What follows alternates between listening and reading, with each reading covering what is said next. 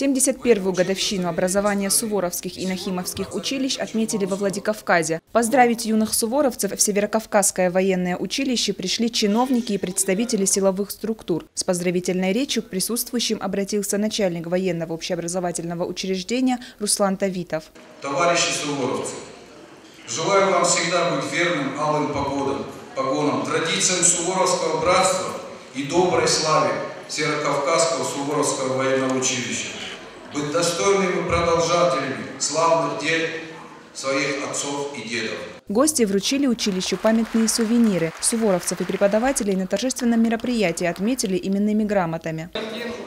От всего личного состава 49-й отдельной бригады оперативного назначения внутренних войск МВД России и от себя лично примите сердечную благодарность за содействие участия в открытии мемориала памяти военнослужащих внутренних войск МВД России, погибших при исполнении воинского долга. После официальной части состоялся праздничный концерт с участием не только суворовцев, но и преподавателей учебного заведения. Выступающие доказали, что петь, танцевать и играть на музыкальных инструментах не сложнее, чем демонстрировать силу и ловкость.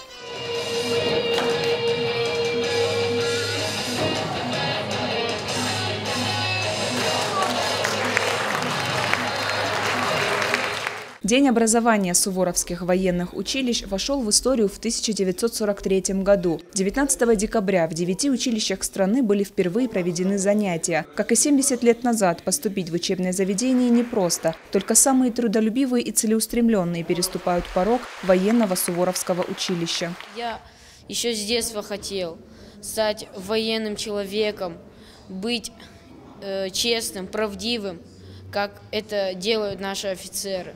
Я всегда мечтал служить своей родине и не подводить тех, кто стоит рядом. Если все будущие защитники Отечества идут в военные структуры с таким настроем, то за сохранность Родины можно не беспокоиться. Анжела Засохова, Тимур Мазаев, Евгений Маркин, Осетия ТВ.